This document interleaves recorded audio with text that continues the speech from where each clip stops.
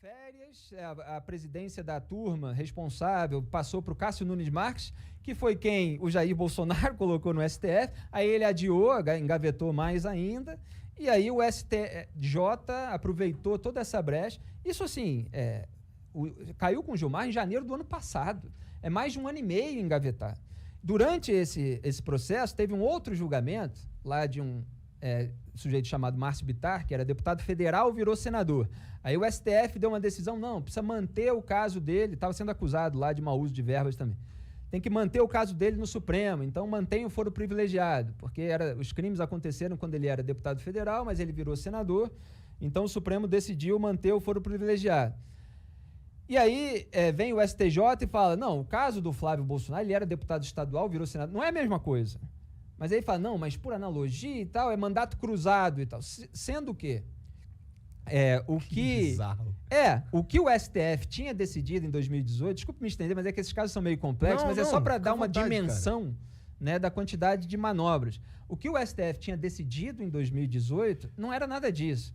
Era que deputados federais e senadores que são acusados por algo que aconteceu nos seus mandatos, mas que saem do mandato, seja porque acaba, seja porque renunciou, ou qualquer outra coisa, eles perdem o foro privilegiado no STF. Então, o caso deles é remetido para o juízo de primeira instância.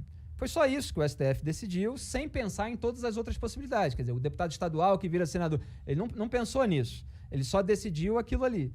Aí você deixa uma série de brechas e o STJ julga o caso do Flávio Bolsonaro antes do STF ter decidido exatamente o que deve ser feito, faz uma analogia no caso do mandato cruzado e tal. E aí, o que é mais importante disso tudo, se você não entendeu nada, presta atenção agora. É que ele fala assim, olha, tudo que foi decidido até aqui, todas as provas que foram coletadas têm que ser jogadas no lixo. Estão anuladas, porque esse juízo de primeira instância não era o competente, não é no sentido de qualidade, tá? De jurisdição, para fazer essa investigação, para comandar essa investigação. Então, eles tomam uma decisão a partir de uma regra inexistente, que passa a ser criada agora, que passa a valer agora, e usam essa regra para trás. Então, você passa ali anos fazendo uma investigação e coletando todas as provas. Quem quer, olha, procure no Google, íntegra denúncia Flávio Bolsonaro, Fabrício Queiroz. Você vai ver lá provas cabais da ladruagem no gabinete. Você vai ver lá foto até do Fabrício Queiroz pagando na agência bancária, mensalidade da escola das filhas do Flávio. Ele pagou também plano de saúde, ele fez depósitos nas vésperas de quitação de imóvel. Então, eles tinham um esquema de você roubar a folha salarial da turma do gabinete. Então, você empresta um nome como suposto servidor, né, comissionado, que ele chama, é o funcionário fantasma. Ele empresta só um nome, que é para o líder e o operador poderem abrir o cofre público para ter a remuneração para aquela pessoa que supostamente estaria trabalhando. Não estava, a investigação mostrou isso.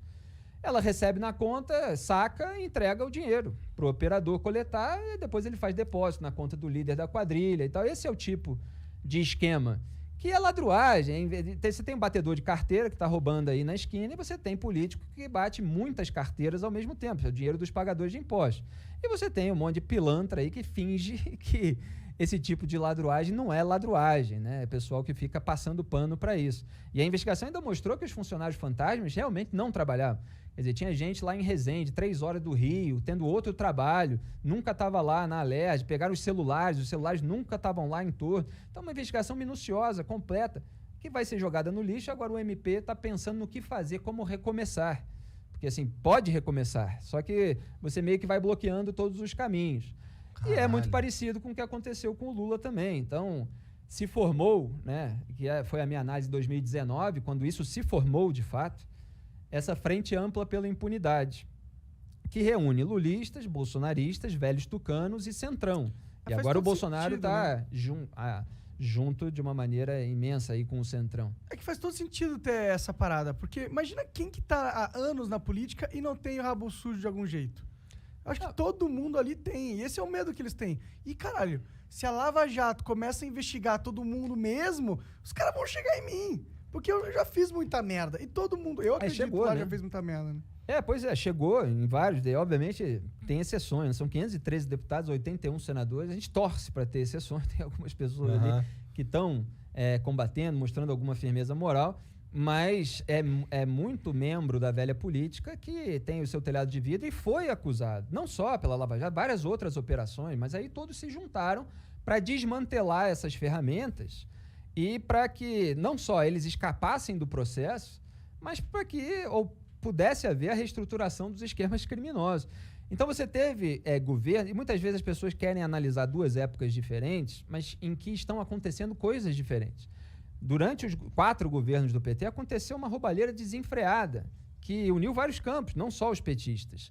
Durante o governo Bolsonaro é a construção da impunidade. Então você tem a sabotagem de todas aquelas ferramentas que foram usadas para atingir essas pessoas, mesmo que nem todas tenham sido presas.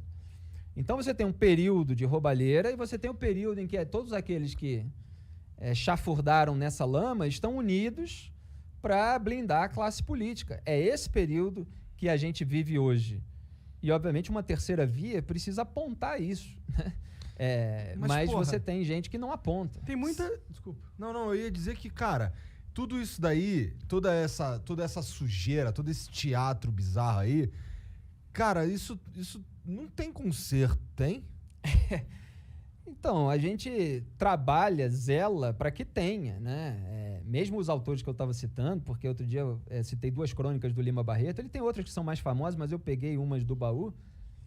Eles estavam lá dando o diagnóstico da realidade, né, daquilo que acontecia, na esperança também de melhorar, né? Você expressa para ter consciência do problema e para ver quais são as ferramentas que podem ser desenvolvidas.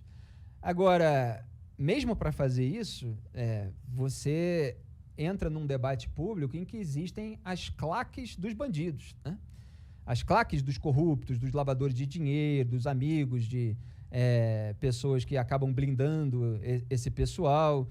Então, eles vêm com muita desinformação, tentando bagunçar tudo. A gente faz o trabalho de diagnosticar, de expressar, de cobrar, exigir providência. E é preciso haver sempre uma pressão popular. Eu estava até lembrando hoje, em alguma conversa que eu tive, que o Ricardo Lewandowski foi flagrado na época do Mensalão, dizendo a imprensa está com a faca no nosso pescoço, a ordem era para aliviar e tal. Você vê, porque tem articulação política do bastidor. Mas eles, quando estão pressionados, quando você tem o holofote em cima e tal, é mais difícil. Aí eles tentam adiar, deixar para um momento em que as pessoas estão preocupadas com outra coisa, e aí eles vão passando a boiada deles.